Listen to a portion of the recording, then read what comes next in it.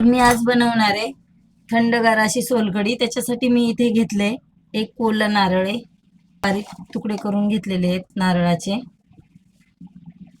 तर आता हे नारळाचे तुकडे मिक्सरच्या भांड्यामध्ये घालून घेते।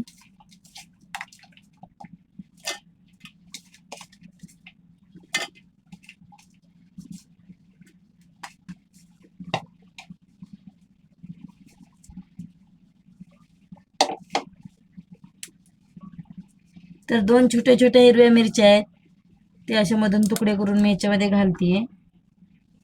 लसणाची पाकळी घालायची आपल्याला याच्यामध्ये। 2 लसणाच्या पाकळ्या घालतीये आणि 1 चमचा जिरं घालतीये।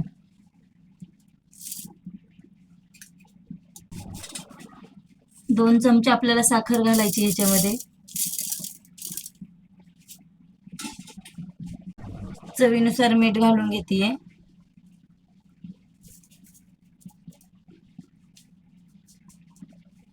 तर ह्याच्यामध्ये आता वाटताना थोडंसं पाणी घालतीये।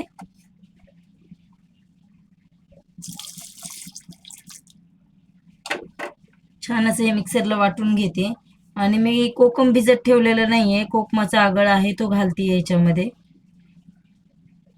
तर मी इथे एक भांडं ठेवले, भांड्यावर गाळणी ठेवली आणि सुती रुमाल टाकलाय त्याच्यामध्ये कॉटनचा। तर आता आपण जे नारळाचं वाटण वाटून घेतलेलं आहे त्याचे दूध काढून घेऊया।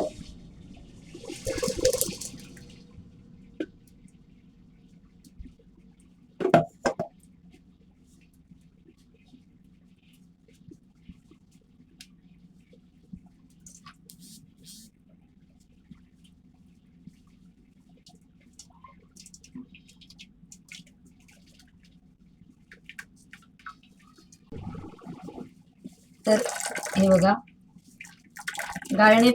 गाळणीपेक्षा आपल्याला कॉटनच्या रुमालामध्ये नारळाचं दूध छान असं निघतं।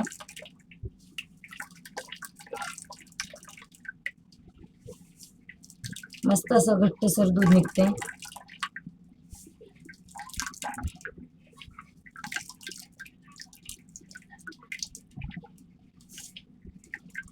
तर आता जो चव राहिलाय नारळाचा ह्याच्यामध्ये, त्याच्यात परत थोडंसं पाणी घालून, हा जो चव आहे नारळाचा त्याच्यात थोडंसं पाणी घालून परत तो मी मिक्सरला वाटून घेते।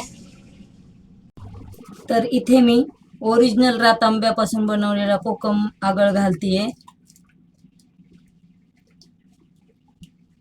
तर तो कोकम आगळ तुम्ही घातल्याच्या नंतर तुम्हाला बीट वगैरे काही घालायची गरज नाहीये सोलकढीमध्ये, त्याच्यामुळं सोलकढीचा रंग खूप छान येतो।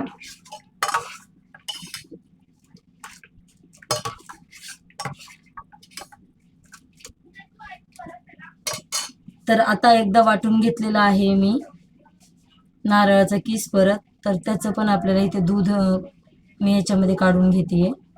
तर तुम्हाला कितपत दाटसर हवं त्याप्रमाणे तुम्ही याच्यामध्ये पाणी घालू शकतात।